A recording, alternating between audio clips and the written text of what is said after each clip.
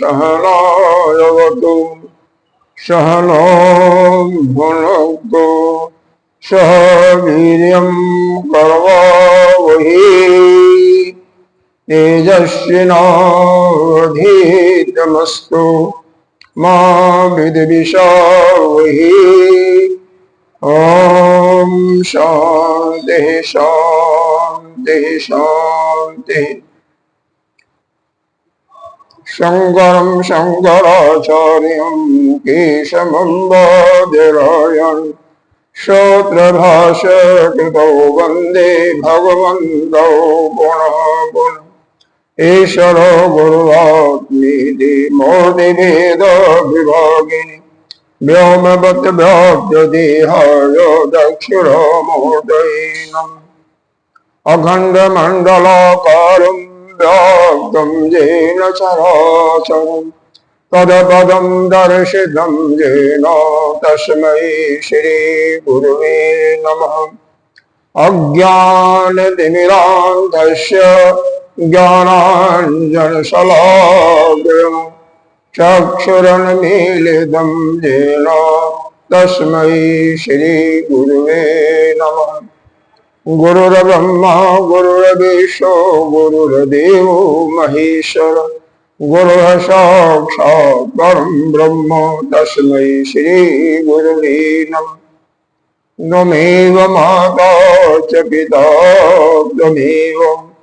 त्वमेव बन्धो च सखा त्वमेव वेद्या द्रविणं त्वमेव शरणं मम देव। गजाननं भूतगणाधिसेवितं पपेतजम्बो फलचारुभक्षणम् उमाशतं शोकविनाशकारकं नमामि विघ्नेश्वरपादपङ्कजम्। अनंत श्री विभूषित श्री 1008 पंचायती महानिर्वाणी अखाड़ा के वरिष्ठ श्रोत्रिय ब्रह्मनिष्ठ महामंडलेश्वर एवं उत्तर प्रदेश संत समाज के अध्यक्ष सतगुरुदेव भगवान के चरणों में कोटि कोटि नमन बंदन। निर्वाण पीठाधीश्वर 1008 श्री पंचायती महानिर्वाणी अखाड़ा के आचार्य महामंडलेश्वर श्रोत्रिय ब्रह्मनिष्ठ एवं बीकानेर राजस्थान के राजगुरु श्री स्वामी जी के चरणों में कोटि कोटि नमन बंदन। यहाँ के अधिष्ठाता देव संतजन भक्तजन सभी के अंतःकरण में विराजमान आत्मस्वरूप परमात्मा को नमन करते। अब हम गीता जी का ध्यान करते हैं। सबसे पहले ओम पार्थाय प्रतिबोधितां भगवता नारायणेन व्यासेन ग्रथितां पुराणमुनिना मध्ये महाभारतम् अद्वैतामृतवर्षिणीं भगवतीं अष्टादशाध्यायिनीम् अम्ब कामनुसंदधामि भगवद्गीते भगवद्गीते। नमस्तुते व्यास विशालबुद्धे पुल्लारविन्दाय भक्तनीते। येन त्वया भारततैलगुणो प्रज्वलितो ज्ञानमयो प्रदीपः प्रबन्ध पारिजाताय प्रोक्तवेदगवान् ज्ञानमुद्राय कृष्णाय गीतामृतदे नमः।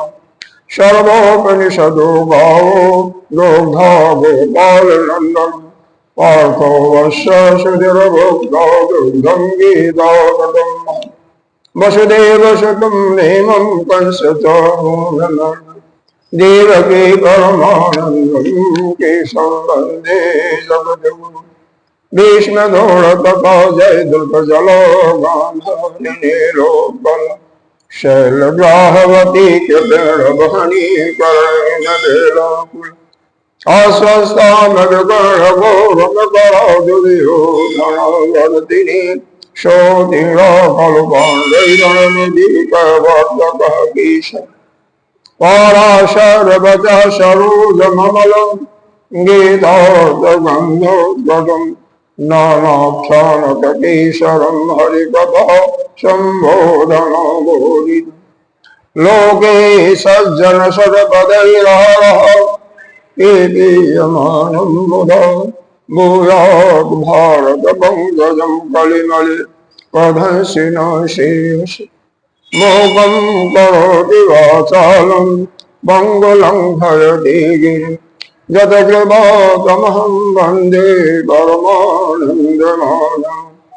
जं ब्रह्मा वरुणेन्द्ररुद्रमरुतः अस्तमन्त्य देवैरस्मै वेदैः साङ्गपदक्रम उपनिषदैः गायन्ति यं सामवेदं। ध्यानावस्थित तद्गतेन मनसा पश्यन्ति यं योगी शान्तं अविदुषुरसुरगणा देवाय तस्मै नमः देवाय तस्मै नमः।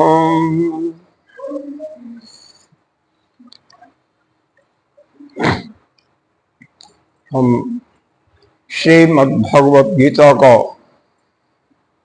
अंतिम अध्याय जो मोक्ष संन्यास योग के नाम से प्रसिद्ध है उसका श्री गणेश करने जा रहे हैं। आइए देखते हैं भाष्यकार भगवान ने संगति कुछ लगाया है, पहले उसको पढ़ते हैं। बहुत ही गंभीर अध्याय है। दूसरे अध्याय से लेकर के 17वें अध्याय तक जितने भी विषयों का प्रतिपादन किया गया है सारा का सारा रूप से इस 18वें अध्याय में समाहित है। लिखा भी है सर्वस्य एव गीता शास्त्रस्य अर्थः अस्मिन् अध्याये उपसंहृतः सर्वः च वेदार्थो वक्तव्य इति। मतलब गीता शास्त्र के सभी मतलब जितना भी पीछे के अध्यायों में वर्णन किया गया सर्वस्य एव गीता शास्त्र, इस गीता शास्त्र के प्रारंभ में सब कुछ जो कुछ वर्णन किया गया जो भगवान ने सुनाया अर्थ वह सबका सब सभी अर्थ सहित अस्मिन् अध्याये उपसंहृतः सर्वः, इस अध्याय में उपक्रम और उपसंहार के रूप में सब कुछ इसमें डाल दिया गया। च वेदार्थो वक्तव्य इति एवं अर्थ, यानी वेदों का संपूर्ण तात्पर्य भी इस अध्याय में है। देख लो, वेद का संपूर्ण तात्पर्य जो सार है इसी अध्याय में है। इसीलिए इसका नाम भी क्या दिया, मोक्ष संन्यास योग। मोक्ष और संन्यास योग। अयम अध्याय आरभ्यते, इस अध्याय का आरंभ किया जा रहा है। सर्वेश ही अतीत एषु अध्यायेषु उक्तः, इसके पहले, अतीत माने पहले अध्यायों में जो कुछ कहा गया अस्मिन् अध्याये अवगम्यते, इस अध्याय में सबको उसका सार को प्रवेश इसमें सम्मिलित किया गया, उसमें उसको प्रातःकरण पुनः किया गया। अर्जुन तु संन्यास त्याग शब्दार्थयो एवं विशेषम विरुष्य उवाच। अर्जुन को एक शंका होती है। एक तो यह समझ लिया कि भगवान ने यहाँ पर इस 18वें अध्याय में दूसरे अध्याय से 17 अध्याय तक जो कुछ गीता जी ने कहा, वेदों का सार जगह जगह जो बताया, सबका इसमें समावेश कर दिया गया 18वें अध्याय। दूसरे अध्याय में वैसे तो भगवान ने गीता, संपूर्ण गीता को सुना दिया था, क्योंकि वहां पर आपका सांख्य योग, कर्म योग और साथ ही सांख्य कर्म योग के अतिरिक्त जो स्थित प्रज्ञ के लक्षण है उसको भी भगवान ने बता दिया। तीसरे अध्याय में कर्म योग के बारे में पूरा बता दिया। चौथे अध्याय में फिर ज्ञान कर्म संन्यास योग, ज्ञान के साथ कर्म का संन्यास कराया गया। 5वें अध्याय में कर्म संन्यास योग। 6ठे अध्याय में आत्म संयम योग यानी ध्यान के विषय में पूरा बताया गया। केवल नाम ले रहे हैं क्योंकि अभी 1-2 दिन पहले हमने बताया था, जिक्र किया था, तो नित्य प्रति रिपीटेशन ठीक नहीं है। मैं समझता हूं कि आप लोगों को याद ही होगा। अभी 17वें अध्याय के प्रारंभ में हमने 16 अध्याय का सारा निरूपण कर दिया था एक बार आपको। 7वें अध्याय में ज्ञान विज्ञान योग। 8वें अध्याय में अक्षर ब्रह्म योग, इसलिए केवल मैं नाम ले रहा हूं। 9वें अध्याय में राज विद्या राजगुह योग के रूप में। 10वें अध्याय में विभूति योग। 11वें अध्याय में 11वां अध्याय क्या है? पूरा का पूरा भगवान विराट स्वरूप का दर्शन करा करके विश्व रूप दर्शन योग के नाम से विख्यात हुआ। और 12वां अध्याय भक्ति योग। 13वां अध्याय में क्षेत्र क्षेत्रज्ञ के रूप से बता दिया। 14वां गुण त्रय विभाग योग। 15वां तो इस गीता जी में सबसे महत्वपूर्ण स्थान है, सबसे, क्योंकि इस जगत को उल्टे वृक्ष के, अस्वस्थ वृक्ष के समान उसको बता दिया, जिसका मूल ऊपर है और तना नीचे, जिसका नाम दिया पुरुषोत्तम योग। बहुत ही प्रायः आश्रमों में जब भंडारा, वैसे हमारे यहाँ पे नित्य प्रतीक होता है, जब भी भोजन कराया जाता है, कोई भी हो, 2 हो 4 हो, तो पहले 15वें अध्याय का पाठ किया जाता है और उसके बाद फिर ब्रह्मार्पणम 4थे अध्याय का 24वां श्लोक, ब्रह्मार्पणम ब्रह्मैव ब्रह्मांगलो ब्रह्मैवतम ब्रह्मैवेन ब्रह्म कर्म, फिर उसका करके फिर आचमन करके लोग ग्रहण करते हैं प्रसाद के रूप में। और वास्तव में भोजन प्रसाद के रूप में ही ग्रहण करना चाहिए। 2 चीजें हैं, हमें प्रसाद के रूप में भोजन भी करना है और साथ में अपना चेहरा भी प्रसन्न रखना है। वो भी जिसका चेहरा प्रसन्न है उसको, अरे संसार में क्या है? संसार झूठा संसार है, मिथ्या है, जो कुछ हुआ होने दो, क्या किसी चीज की परवाह मत करो। जो परवाह करता है वही दुखी होता है। किसी चीज की कोई परवाह नहीं, अपने में मस्त, क्योंकि हम कार्य करने वाले नहीं हैं, कार्य करने वाली प्रकृति है। प्रकृति जैसा चाहेगी वैसा करेगी। हमारा तो एक नाम मात्र होता है, हमारा एक सन्निधि मात्र है, करने के लिए तो काम प्रकृति है, और जो कि उसी परमात्मा के सहारे से, उसी के अधीन है और उसके सहारे से काम करेगी। तो हमारा क्या, कुछ भी नहीं रोल है हमारा। हम तो जबरदस्ती उसमें टांग अड़ा लेते हैं कि मैंने किया, मैंने जाना, मैंने वो, और उसके कारण फल भी भोगते हैं ना। 84 लाख योनियों में फिर भ्रमण करते हैं। यहां पर 11वें 12वें अध्याय तक हुआ भक्ति योग। 13वां अध्याय फिर क्षेत्र क्षेत्रज्ञ योग के नाम से क्षेत्र बताया, क्षेत्रज्ञ के रूप में बताया। साधक के 20 गुणों का भी चर्चा किया। 14वें अध्याय में गुण त्रय भाग योग का प्रकृति के जो 3 गुण होते हैं जिसके द्वारा प्रकृति कार्य करती है, सत्य रस्तम, उसका वर्णन किया। 15वां में पुरुषोत्तम योग, ये तो बता दिया था। 16वां दैवी आश्रित संपत्ति योग के नाम से बताया। 17वें में अभी समाप्त हुआ है श्रद्धात्रय योग, जिसमें भोजन कैसा होना चाहिए, 3 प्रकार का भोजन, 3 प्रकार का यज्ञ, 3 प्रकार का तप, 3 प्रकार का दान अभी कल समाप्त किया है। उस परमात्मा के 3 प्रकार के नाम भी बता दिया। ओम तत् सत, उसका भी व्याख्या हो गया।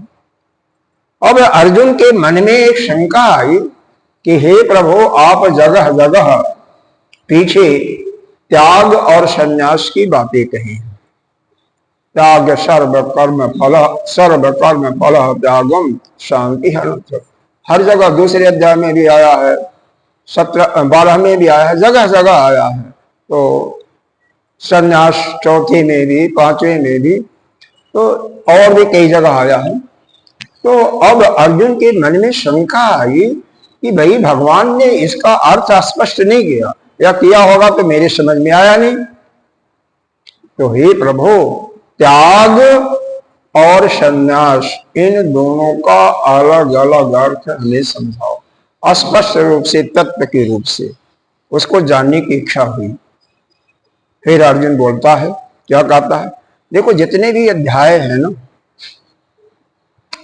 हर एक अध्याय में तो नहीं ऐसा है, लेकिन कुछ अध्याय में अर्जुन का प्रश्न है और भगवान उत्तर देते हैं।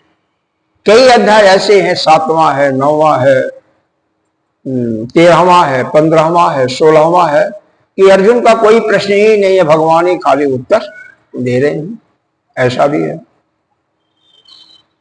पहले अध्याय में श्री गणेश, दूसरे अध्याय में कौन कहता, संजय के ने प्रारंभ किया। पहले अध्याय धृतराष्ट्र के धर्म क्षेत्र कुरुक्षेत्र के रूप में प्रारंभ किया गया। तो इस प्रकार से प्रारंभ करने के लिए कोई न कोई को बोलना होता, फिर आगे चल पड़ता है। तो यहां पर भी अर्जुन का प्रश्न है। और एक बात और है, यदि कोई प्रश्न न पूछे तो उत्तर भी नहीं देना चाहिए, लेकिन भगवान बहुत दयालु है।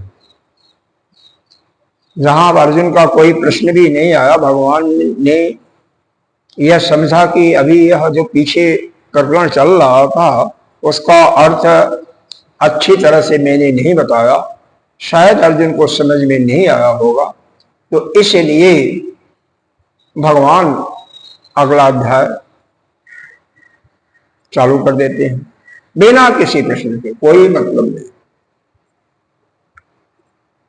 तो अर्जुनोवाच, अर्जुन का प्रश्न सुनिए, पहले प्रश्न समझिए, फिर उत्तर के बाद देखा जाएगा। सन्यासस्य महाबाहो तत्त्वम् इच्छामि वेदितुम् त्यागस्य च हृषीकेश पृथक् केशे निषूदनः। देखो, 2 शब्द आए हैं, सन्यासस्य त्यागस्य, दोनों में एक ही विभक्ति है, षष्ठी विभक्ति। संस्कृत का रूप थोड़ा सा जानते होंगे। सुबह के क्लास में अधिकतर आता रहता बताता हूं कि भाई दोनों को साथ साथ करना, क्योंकि दोनों का अर्थ एक ही है। वहां पर विशेषण विशेष है, यहाँ पर विशेषण विशेष के रूप में नहीं किया, लेकिन दोनों के अर्थों को जानने के लिए क्या। सन्यासस्य त्यागस्य महाबाहो, महाबाहो कहते हैं जिसकी भुजाएं बहुत बड़ी बड़ी होती है, अर्थात जिसका बाहु भुजा घुटने को छू देता उसको कहते हैं बहुत ही पराक्रमी होता। अर्जुन की विशाल भुजाएं थी, घुटने तक आती थी, और उसने पराक्रम से बहुत कुछ इंद्रप्रस्थ को धन धान्य से समृद्ध कर दिया था, केवल उसका अपना पराक्रम था। तो हे महाबाहो यानी हे अर्जुन, अरे महाबाहो, महाबाहो कह रहा है किसको, ऋषिकेश को। ऋषिकेश कौन है, यहाँ पर भगवान के लिए आया। कई बार ऋषिकेश अर्जुन के लिए भी आता है। जिसके बाल घुंघराले हो। दूसरा अर्थ भी होता है जो निद्रा पर विजय प्राप्त कर रखा है। भगवान सोते नहीं, कभी सोते तो नहीं है ना। आप तो देखते होंगे कि शेष शैया है, भगवान लेटे ही हैं, लेकिन सो नहीं रहे। लक्ष्मी जी पैर दबा रही हैं, सोते नहीं। हम लोग क्या करते हैं? सोते हैं भाई, हम तो सोते हैं। लेकिन सोता कौन है? अब इस पर विचार करो। आप नहीं सोते हो। सोने वाला यह क्या है? यह शरीर जिसको आपने अपना मान लिया है। यह इंद्रियां सोती है, मन सोता। आप तो जागतेगा, तो आप कहां सोते हो? आप तो नित्य शुद्ध बुद्ध आत्मा हो। आप कहां सोते हो? आप भी नहीं सोते हो। आप भी तो नित्य निरंतर अपने रूप में रहते हो। ठीक है, शरीर को अपना मान लिया, शरीर से संबंध बना लिया, तो शरीर के संबंध वालों के साथ अटैच हो गए और फिर कर्ता भोक्ता होन करके दुखी और सुखी हो रहे। जैसे ही संबंध छोड़ दो, शरीर आप हम नहीं हैं। शरीर के संबंध भी हमारे नहीं है। मैं किसी कर्म का करने वाला करता नहीं हूं, भोक्ता नहीं हूं, ज्ञाता नहीं हूं। वैसे ही आपका जीवत्व, जीव की तीनों ग्रंथियां समाप्त हो जाएंगी, कर्तृत्व, भोक्तृत्व और ज्ञातृत्व की, और आप नित्य शुद्ध बुद्ध मुक्त अपने स्वरूप में हो जाओगे। उस समय यह शरीर सोता है, उसको देखोगे, और जिस समय आप यह देखने लगो कि यह शरीर सो रहा है और मैं तो साक्षी बन करके देखता, ऐसा अभी नहीं होता होगा, लेकिन जिस समय यह हो जाएगा उस समय समझो आप अपने स्वरूप में स्थित हो। प्रयास करो कि आपका शरीर, स्थूल शरीर, सूक्ष्म शरीर दोनों सो रहे हैं, लेकिन आप जाग रहे हैं, तो आप इसको साक्षी स्वरूप आप हो ना, आप तो आत्मा हो ना। प्रयास करो कि कैसा, किस रूप में यह शरीर सो रहा है। नहीं होता। तो यहां पर अर्जुन के मन में तीव्र इच्छा है संन्यास का और त्याग का। तत्व इच्छा में वेद तुम, तत्व पूर्वक जानने की मेरी इच्छा है। हे ऋषिकेश, यानी हे निद्रा पर विजय प्राप्त करने वाले, या हे घुघराले बालों वाले, ऋषिकेश के लिए संबोधन है। पृथक केश निषूदना, एक और विशेषण दिया, केशी निषूदनम। केशी नामक एक राक्षस था। भगवान ने छल से घोड़े का रूप धारण करके आया था और भगवान ने उसका काम तमाम किया था। इसीलिए भगवान को केशी निषूदनम भी कहते हैं। निषूदन, निषूदन का मतलब मारने वाला। तो केशी नामक दैत्य को मारने वाला कौन है? भगवान कृष्ण। तो भगवान का एक नाम केशी निषूदन भी पड़ा।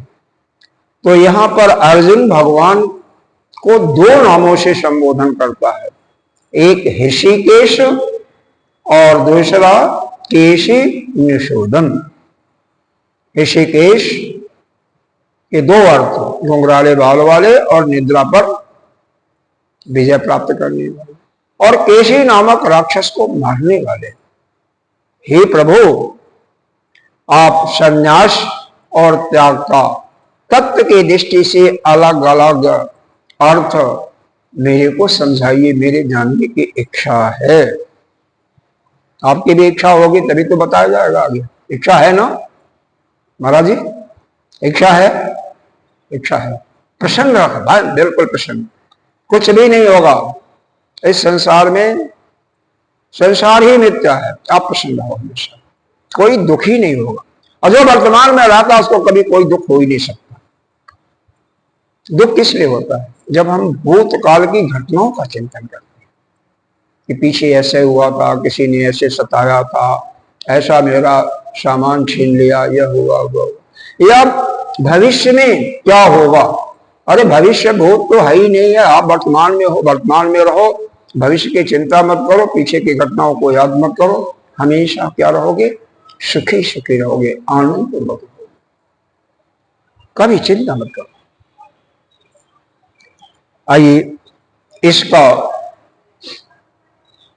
भाष्यकार ने कैसे अर्थ समझाया है उसके बारे में विचार करते हैं। संन्यासस्य, पहले इसका अर्थ दिया, संन्यास शब्दार्थस्य इति एतत् ही, यानी हे महाबाहो केशिनिषूदन, मैं संन्यास का अर्थ संन्यास शब्द के अर्थ का और त्याग शब्द के अर्थ का, क्या है, तत्वम का दिया, तस्य भाव तत्वम यथा तत्वम इति एतत्, त्याग शब्द का इन दोनों के तत्व के अनुसार उनके अर्थ को ठीक ठीक मैं बताता हूं। इतरेत विभागता, विभाग करते हुए दोनों शब्दों का अर्थ बता रहा हूं। केशी नामा हय छदमा असुर, भगवान वासुदेव ने यह घोड़े का रूप धारण करके जो केशी नाम का राक्षस आया था उसको मार दिया था। भगवान वासुदेव तेन तत्व नामना संबोधते अर्जुन ने, इसीलिए अर्जुन ने भगवान का केशी निषूदन नाम से संबोधन किया। हर एक चीज को यहां पर बताया जा रहा है।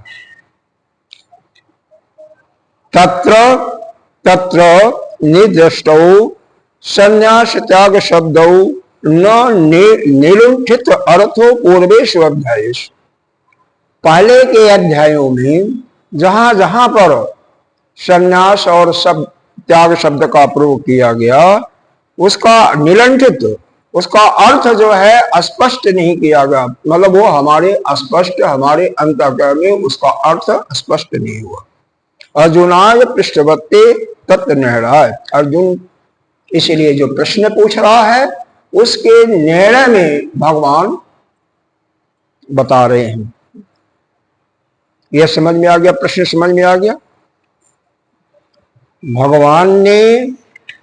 भगवान से अर्जुन जो महाबाहो के रूप में है भगवान का संबोधन किया है श्रीकेश के रूप में, और केशी निषूदन क्योंकि केशी नामक राक्षस को मारने वाले हैं।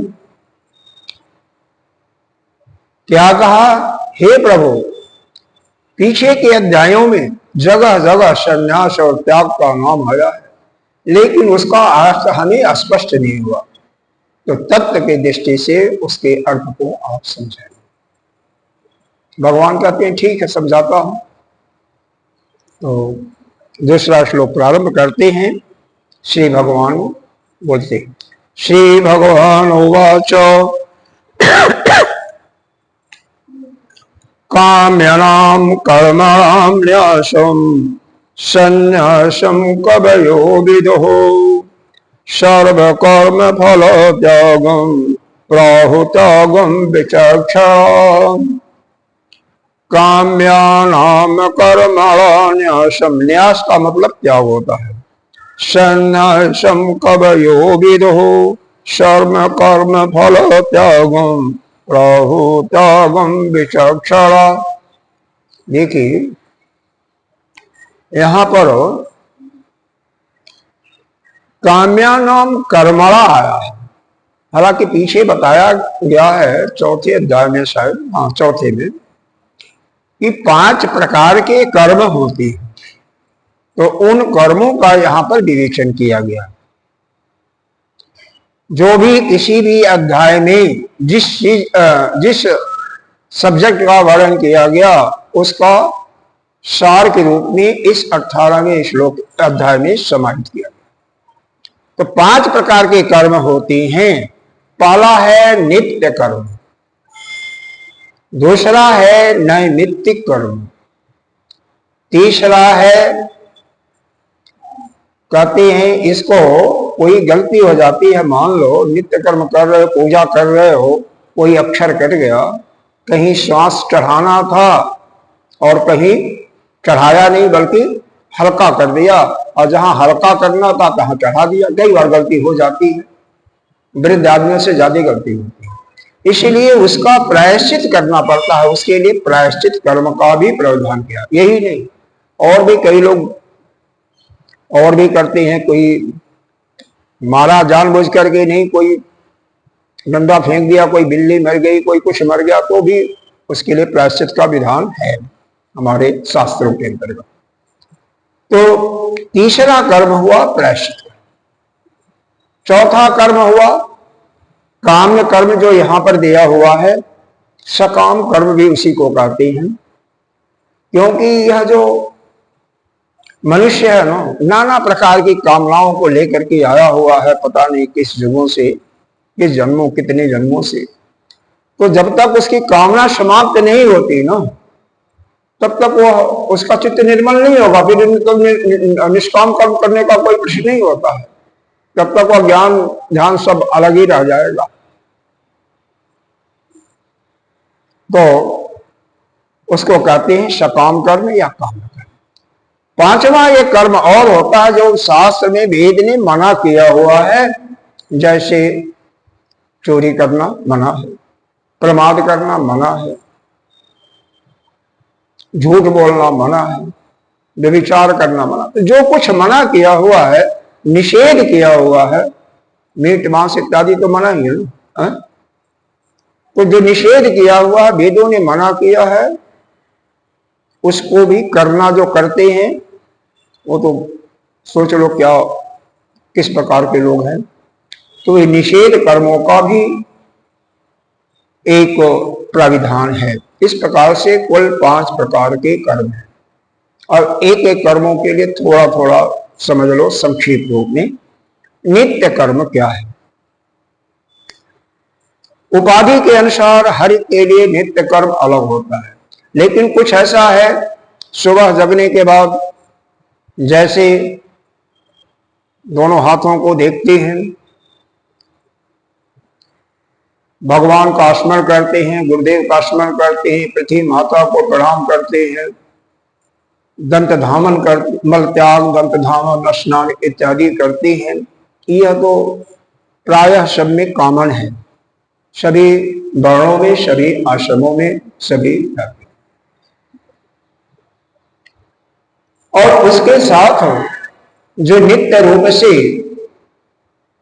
संध्या वंदन करते हो, वह भी नित्य कर्म के अंतर्गत आता है।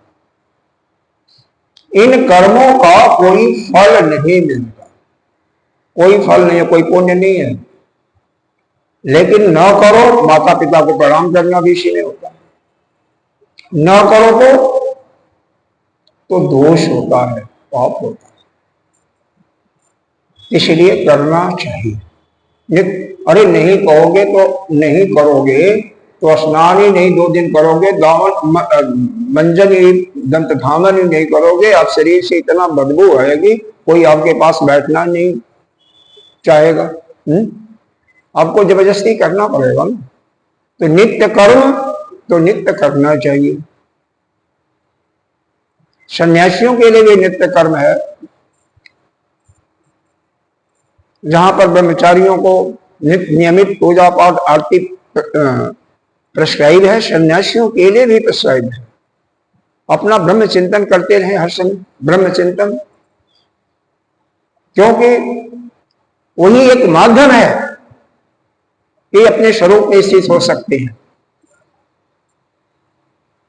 पता नहीं कितने जन्मों से इस शरीर मेरा है या तेरा है, इससे एक उनके अंदर, सभी के जीवों के अंदर यह भाव उत्पन्न हो गया अपनत्व का।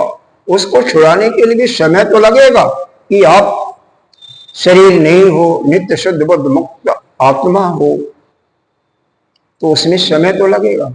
यह संसार झूठा है, मिथ्या है, तो बारंबार चिंतन करोगे तभी तो छूटेगा। एक बार श्रवण कर लिया, परोक्ष ज्ञान हो गया, तो अपरोक्ष ज्ञान नहीं होगा। जब तक परोक्ष ज्ञान दृढ़ नहीं होगा अंतःकरण में, और जो अंतःकरण निर्मल नहीं होगा, तब तक उसका अपरोक्ष ज्ञान नहीं हो सकता। तब तक कुछ भी अनुभव नहीं होगा, बहुत मुश्किल है। तो यह नित्य कर्म और जो भी कोई ऐसा है कि कोई ऐसा भी नित्य कर्म कर रहते हैं, उस श्रेणी में आता है कि गुरुदेव से दीक्षा लिया तो 5 माला 3 माला 8 माला करने के बाद ही हम जल लेंगे इत्यादि, तो भी एक नित्य कर्म के अंदर आ गया। सन्यासियों के लिए जो शिव महिमा स्तोत्र का पाठ है उसको संध्या के रूप में संत लोग बताते हैं कि जैसे सभी का संध्या गायत्री मंत्र है विशेष करके और भी खड़रागत के बाद, उसी प्रकार से इनका शिव महिमा स्तोत्र का पाठ है, अवश्य करना चाहिए। दूसरा काम है दूसरा जो कर्म का नाम है नैमित्तिक। नैमित्तिक का मतलब किसी निमित्त पर, किसी अवसर पर किया हुआ कार्य। जैसे हमारे धर्म के अंदर, सनातन धर्म के अंदर 16 प्रकार के, बच्चा जब से पैदा होता है तब से मृत्यु तक 16 संस्कार प्रिस्क्राइब किया हुआ, 16 प्रकार के संस्कारों का वर्णन किया हुआ। तो कोई भी संस्कार होता है तो कुछ, जब कुछ पूजा होता है, कहीं हवन होता है, कहीं कुछ होता है तो उसको करना। पहला ही संस्कार होता है बच्चा पैदा होने में जात कर्म संस्कार, जहां पर घी और मधु मिला करके पृथ्वी को अर्पण करता है पिता और प्रार्थना करता भगवान को, भगवान से उसकी सद्बुद्धि के लिए, और बच्चे को हल्का सा उसके जीवा पर तालू पर रखता है। जात कर्म है, निष्क्रमण है, नामकरण में जानते ही हो सभी लोग, कम से कम नामकरण संस्कार तो जानते ही होंगे। कर्ण भेदन है, मुंडन है, विद्याधन है, वेदाध्ययन है। वेदाध्ययन के पहले यज्ञोपवीत भी आता है। तो हर संस्कार में पूजा होता है कि नहीं होता है? यज्ञोपवीत ऐसे नहीं होता ना। नामकरण संस्कार में भी हवन इत्यादि होता है कि नहीं होता है? सब में होता है।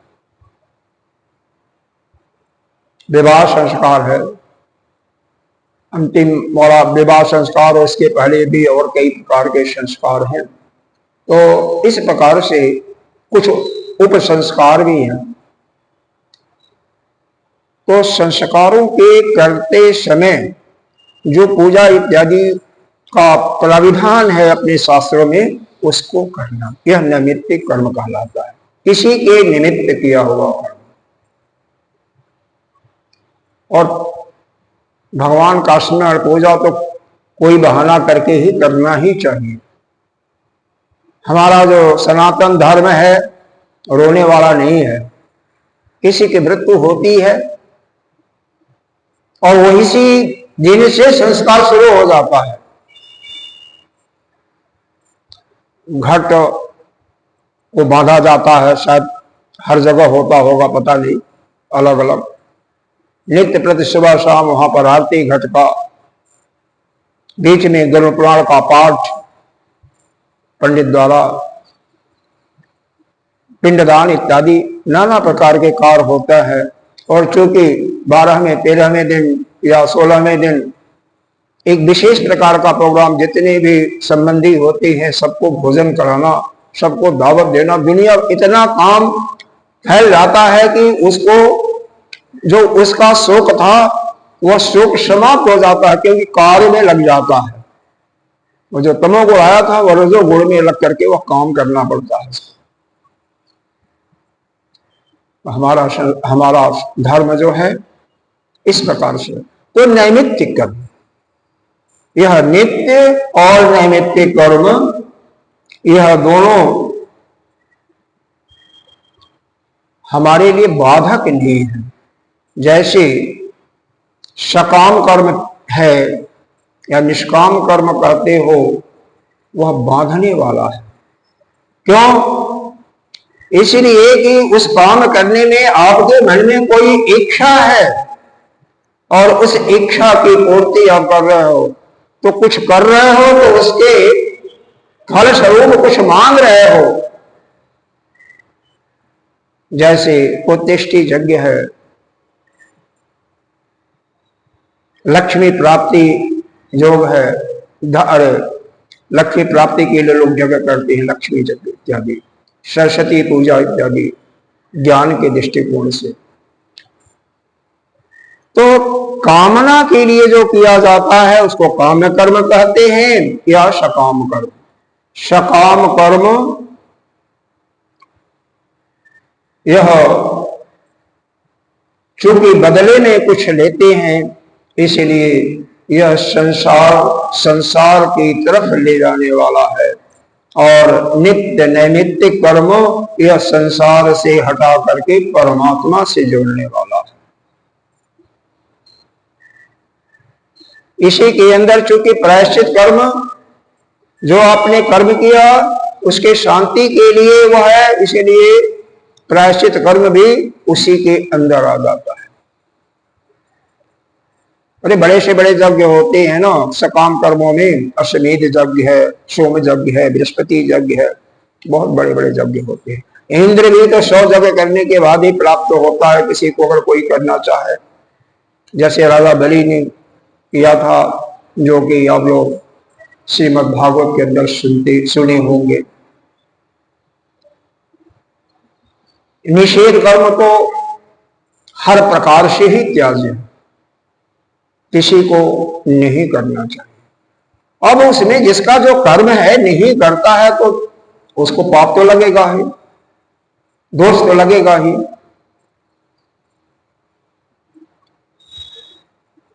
खैर, आइए इसके बाद यहां पर अर्थ रूप में समझने की कोशिश कीजिए।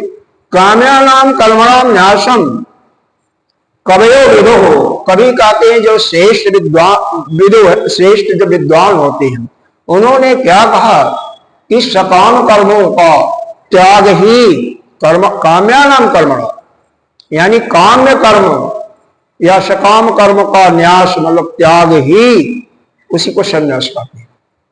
कवियो विदो, विद्वानों ने, जो श्रेष्ठ विद्वानों ने यही कहा है कि इनका त्याग ही संन्यास है। और फिर आगे अगली लाइन में देखिए, कर्म कर्म फल त्यागम प्राहु त्यागम विचक्षणा। और विचक्षणा जो विचारशील पुरुष है, तत्वेति, वह क्या कहते हैं, सभी कर्मों के फलों का त्याग ही उसको क्या कहते हैं, त्याग कहते हैं। अब मान लो किसी कर्म में फल ही नहीं है तो उसका त्याग क्या होगा। नित्य नैमित्तिक कर्मों में कोई पुण्य की प्राप्ति का कहीं वर्णन ही नहीं है तो उसका फल का त्याग क्या होगा। अरे भाई, कोई चीज होगा तभी तो त्याग करोगे। आपके पास छतरी है तभी तो छतरी का त्याग कर सकते हो, आपके पास वस्त्र है तभी तो उसका त्याग कर सकते हो, पैसा है तभी तो त्याग कर सकते हो। और जब होगा ही नहीं तो क्या त्याग करोगे। तो सर्व कर्म फल त्यागम, जिस कर्म का कोई फल ही निर्धारित नहीं हुआ, शास्त्र नहीं किया हुआ है, उसका त्याग का कोई मतलब नहीं होता है। इसलिए नित्य नैमित्तिक कर्म करते रहना चाहिए। आगे अभी 5वें श्लोक में आएगा कि यज्ञ दान तप यह आजीवन करते रहना चाहिए, भगवान ने ही कहा है। आइए इसका भाष्य देखिए। भाष्य इसका थोड़ा गंभीर है। काम्या नाम का अर्थ लगाया अश्वमेध आदि नाम कर्माणाम। नाना प्रकार के यज्ञ होते हैं, अश्वमेध का एक यज्ञ का वर्णन कर दिया। न्यासम का अर्थ लगाया परित्यागम, त्याग, छोड़ देना। संन्यासम, संन्यास का अर्थ देखिए, संन्यास शब्दार्थम, संन्यास शब्द का अर्थ क्या है, अनुष्ठेन प्राप्तस्य अनुष्ठानम। सकाम कर्मों के त्याग को ही संन्यास कहते हैं। जैसे ऊपर बताया गया ना, काम्यानाम कर्मणा न्यासम संन्यास। इसमें वह संन्यास की बात नहीं आ रही है, उस संन्यास को भी बताएंगे। लेकिन काम्य कर्म का यानी सकाम कर्मों का त्याग ही संन्यास कहलाता है। संन्यास पंडिताम, कविया का मतलब पंडिता यानी विद्वान लोग, विदों का बीजानंती वैसा उसका अर्थ समझते हैं। तो जो आपका शब्द आया था इस श्लोक के अंतर्गत उसका अर्थ प्राय हो गया।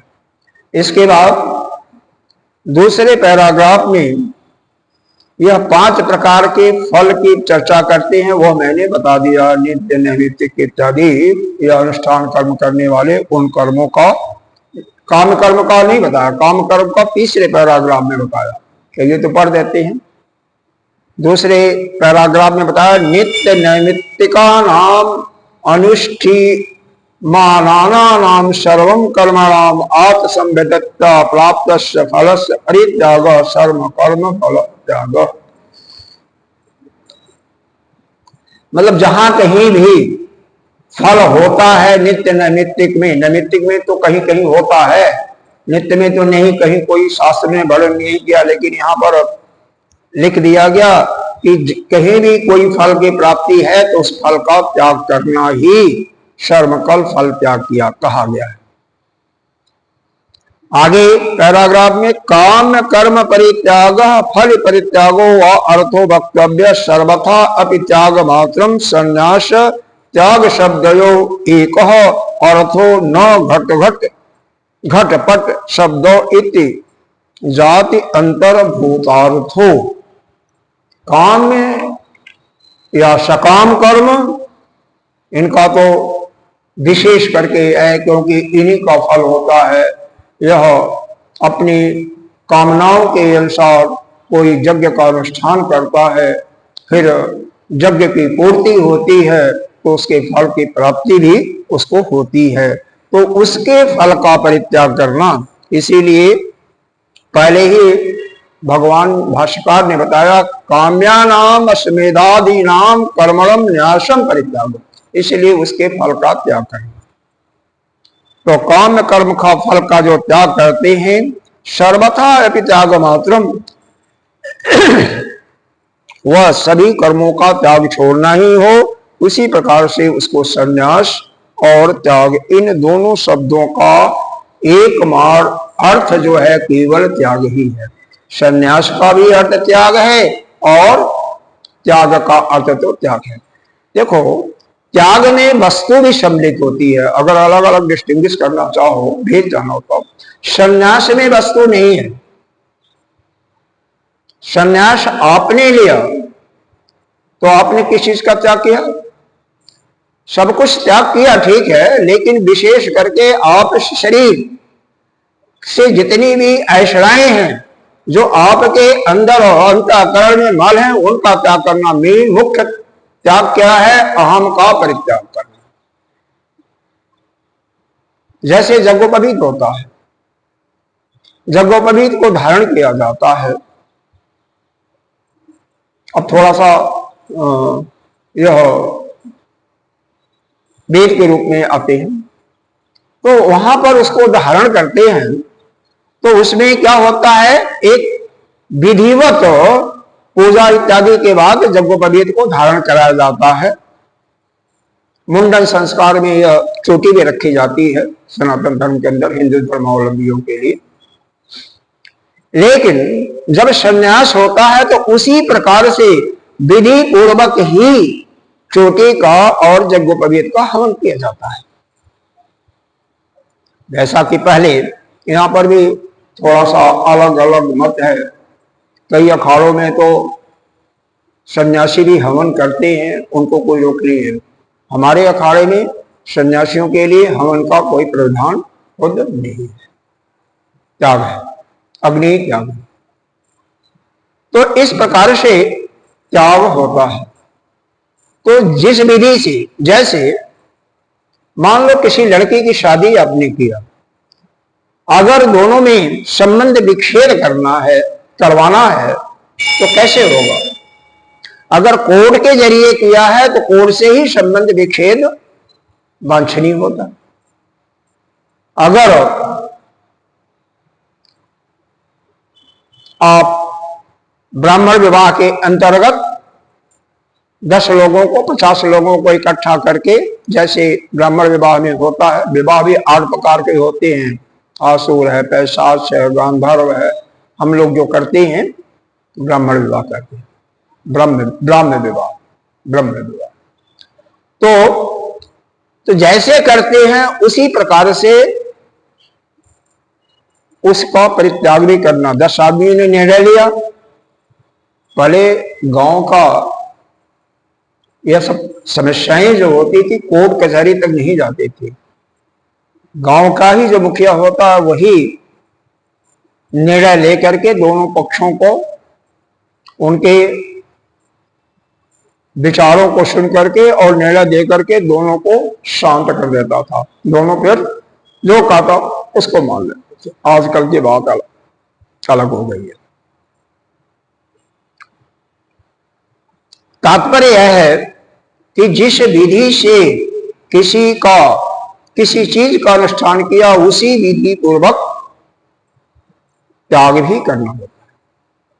अरे एक दृष्टांत है, एक लड़की थी, होता है दोनों में यह हुआ कि तलाक लिया जाए, ठीक है। लड़की ने कही कि ऐसे तलाक मैं नहीं मानती। कागज पर वो कोर्ट बनाती है ना वकील लोग, और करके साइन करवाने के लिए लड़की के पास लाया लड़का, वो कहती है ऐसे नहीं। जो लोग आपके शादी में उपस्थित थे, जो पंडित उपस्थित थे, जैसे विधि पूर्वक पूजा किया गया, भंडारा किया गया, वैसे ही आप करो तो तुम्हारा त्याग होगा। अर्थात वो वहीं पर समाप्त हो गया। उस कागज को फाड़ करके उस लड़के को फेंक ही देना पड़ा कि पुनः 10-20 लाख कौन खर्चा करेगा, अरे छोड़ो। बहुत अच्छा बात उसने कही कि जिस प्रकार से आपने अनुष्ठान करके शादी करवाया था उसी प्रकार से सारा क्रिया करवाइए और सबको बुलाइए और सबके सामने त्याग भी कीजिए। हम दोनों का संबंध विच्छेद भी होगा। अंत में दोनों का संबंध विच्छेद समाप्त हो जाता है। लड़के के अंदर से वह जुनून एक जो हो गया था संबंध विच्छेद करना, वह समाप्त हो जाता है। अगर योग्य कोई भी हो, लड़की लड़का, तो शायद यह नहीं होता। खैर आगे चलते हैं। यहां पर तीसरे पैराग्राफ में दिया है कि यदि काम कर्म परित्याग फल परित्यागो व अर्थो वक्तव्य। कहने का अभिप्राय है, चाहे काम्य कर्म का परित्याग हो, स्वरूप से त्याग करना हो, या समस्त कर्मों के फलों का त्याग करना हो, यह सभी प्रकार से संन्यास और त्याग, इन दोनों शब्दों का अर्थ एकमात्र त्याग ही है। दोनों में त्याग होता है। अरे त्याग किसी वस्तु का जो आपके पास है उसको त्याग कर दिए। विशेष करके संन्यास में 3 ऐश्वर्याएं होती हैं। कौन कौन याद है ना? भित्तेश्वरा, पुत्रेश्वरा और तीसरा क्या है? लोकेश्वरा। इनका त्याग, क्योंकि जब तक इन ऐश्वर्यों से कोई युक्त रहेगा तब तक वह ब्रह्म प्राप्ति के लिए साधन जो बताया गया उसको नहीं कर सकता। ब्रह्म विद्या की प्राप्ति उसको नहीं हो सकती। अभी तो आपने मांडूक्योपनिषद में भी पढ़ा, ध्यान होगा कि पहले इन तीनों ऐश्वर्यों का त्याग करना है और अंदर से राग देश काम क्रोध है उनको भी त्याग करना है। मल जो है लोभ मोह मद मत्सर इत्यादि। और सबसे बड़ा त्याग तो अहम है।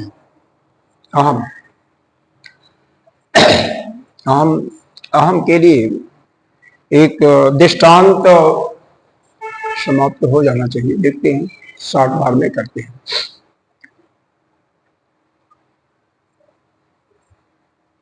देवता और असुरों में देवासुर संग्राम हुआ। हमेशा हर युग में देव भी हैं, देव प्रकृति के भी हैं और असुर प्रकृति के भी हैं। अभी गीता जी के 16वें अध्याय में आपने पढ़ा है, देव असुर संपत्ति विभाग जो गुण, तो वह होता है जो जिसका जैसे गुण होता है वो देवता का गुण है, देवता हो गया, नहीं तो असुर असुर हो गया, दोनों होते हैं। जब राक्षस लोग मारे जाते हैं देवताओं की विजय होती है, लेकिन उधर शुक्राचार्य जी एक मृत संजीवनी विद्या जानते हैं और उस विद्या से सारे राक्षसों को, बलि भी था, बलि को भी जिंदा कर देते, सबको जिंदा कर देते। तभी तो बलि कहता है कि यह जीवन जो है बाप का ही है, गुरुदेव। सारे राक्षस जिंदा हो जाते हैं। अब इधर से देवताओं के अंदर बड़ी ही छटपटाहट होती है, क्या करें क्या ना करें, क्या करें। तो बृहस्पति जी अपने लड़के को, लड़के का नाम है कक्ष, उसको भेजते हैं शुक्राचार्य जी के पास मृत संजीवनी विद्या को सीखने के लिए। मृत संजीवनी विद्या को सीखने के लिए अब ये चल देते हैं, पिता की आज्ञा, चल देते हैं। शुक्राचार्य जी के पास जाते हैं। अब देखो, दुश्मन का लड़का आया हुआ है, लेकिन जो विद्वान होता है, ब्राह्मण है, मना नहीं करता। सीधे तरीके से उन्होंने मना नहीं किया। ठीक है, रहना खाना पीना की सब व्यवस्था हो जाती है, सिखा भी नहीं रहे हैं, लेकिन मना भी नहीं कर रहे, क्योंकि कुछ न कुछ देश तो रहा होगा ना अंदर। लेकिन उनकी एक पुत्री थी जिसका नाम था दिव्या। उसने, बहुत प्रेम होता है इनका कच्छ पर, होता है कई लड़का लड़की एक दूसरे को देखते हैं, आपस में प्रेम हो जाता है। इनका तो नहीं हुआ, लेकिन उसका एक तरफा प्रेम। वो पिता से कहती है, पिताजी इनको ये विद्या तो देना आपका धर्म है, आप ज्ञानी हैं और ज्ञानी का धर्म होता है शिष्य को, इन्होंने शिष्य स्वीकार किया है तो शिष्य को ज्ञान देना। राक्षसों के राजा को, उनको पता चलता है, वह क्या करता है, इनको मरवा देता है, मरवा करके जला देता है। कई बार प्रयत्न किया और एक बार दो बार जब उसने देखा कि मारने के बाद भी जब देवयानी अपने पिताजी से कहती थी कि पिताजी उस मंत्र का आवाहन करते थे और कक्ष जिंदा होकर के आ जाता था। तो तीसरे बार जला करके राख को भी शुक्राचार्य को ही पिला दिया। अब जब शुक्राचार्य को पिला दिया तो जब विद्या का आह्वान करें तब तो अंदर है, अब कैसे निकले, और निकलेगा तो उनका पेट फाड़ करके निकलेगा, जिंदा होगा तो पेट फाड़ के निकल जाएगा। तो देवानी कहती है पिताजी अब आपके पास कोई विकल्प नहीं है, विद्या को सिखाओ और वो आएगा फिर आपको भी जिंदा कर देगा। और यही होता है, वह विद्या अपने पेट के अंदर पले हुए कक्ष को जिंदा भी करके उस विद्या को प्रदान करती है। वह पेट को चीर करके बाहर आता है और फिर उस विद्या के फलस्वरूप अपने गुरु शुक्राचार्य जी को भी जिंदा कर देता है। यानी बृहस्पति का लड़का कक्ष को उस मृत संजीवनी विद्या को शुक्राचार्य ने दे दिया। अब इधर आज्ञा मांगते हैं कि गुरुवर अब मेरे को चलने की आज्ञा दीजिए। कहते हैं ठीक है, लेकिन वो जब उनकी पुत्री है ना, उसको तो प्यार हो गया था, वो इनसे कहती है कि नहीं, अब तो शादी करके ही जाना पड़ेगा, मेरे को भी ले चलो। इन्होंने कहा कि देखो, मैं तुम्हें गुरु पुत्री के रूप में ही देखा है और तुमसे किसी भी परिस्थिति में शादी तो मैं नहीं कर सकता, क्योंकि तुम हमारे गुरु की पुत्री हो, तो हमारी बहन ही हुई। फिर कहती है ठीक है, मैं श्राप देती हूं, तुम सारा विद्या तुम्हारा निष्फल हो जाए। कहते हैं कोई बात नहीं, श्राप दे देती है, सारा विद्या निष्फल हो जाता है। फिर पिता के पास पहुंचते हैं, वहां से चले जाते हैं। पिताजी को सारी बात कहानी बताते हैं। बृहस्पति तो ज्ञानी थे, कहते हैं कोई बात नहीं, तो सांसारिक विद्या है, क्या फर्क पड़ता है, तुम जाओ उस ब्रह्म विद्या को प्राप्त करो, जाओ मृतलोक में तपस्या करो। मृतलोक में आते हैं, एक जंगल में नदी का किनारा है और वहां पर तपस्या करना शुरू कर देते हैं। धीरे धीरे रहने के लिए सभी की इच्छा होती है, जैसे आजकल हम सन्यासियों की होती है, एक झोपड़ी डाल लेते हैं और कुछ जरूरी सामान भी इकट्ठा करके, अपना फल फूल तो वृक्षों से मिल जाता है, जल नदी से मिल जाता है, अपना काम चलता है। कुछ दिन के बाद बृहस्पति आते हैं, कहते हैं बेटा क्या कुछ प्रोग्रेस हुआ? तो कहते हैं नहीं, कोई खास प्रोग्रेस नहीं हुआ। तो एक सूत्र देकर के आते हैं, त्याग। इसी त्याग पर लेकर के मैं बता रहा हूं, त्याग करो, त्याग करो, बिना त्याग के कोई संभव नहीं है, और सन्यासियों को भी, सबके लिए। तो दूसरे दिन क्या उसने सोचा कि शायद यह झोपड़ी अपनी दिखाई दे रही है, इसके लिए त्याग करने के लिए झोपड़ी माचिस लगा करके फूंक देता है। अब केवल लंगोटी रखता है, बाकी सब सामान जला देता है। फिर कुछ दिन के बाद आते हैं, फिर पूछते हैं, कहता है प्रोग्रेस तो हुआ, लेकिन वह प्राप्ति हमें नहीं हो रही है। उस प्रकार से निश्चल समाधि, जो कहते हैं कौन सा, निर्विष समाधि अभी नहीं लग रही। तो उन्होंने कहा कि त्याग ही है और कुछ नहीं है। फिर उस लंगोटी को भी सब फेंक देता है, बिल्कुल दिगंबर जैन साधु जैसे होते हैं ऐसे हो जाता है। हाथ से पानी लेना, सब कुछ भी नहीं पास में। फिर आते हैं, फिर वही जवाब मिलता है कि प्रोग्रेस तो अच्छा हुआ, लेकिन अभी वो नहीं हुआ, पूर्ण रूप से नहीं हुआ।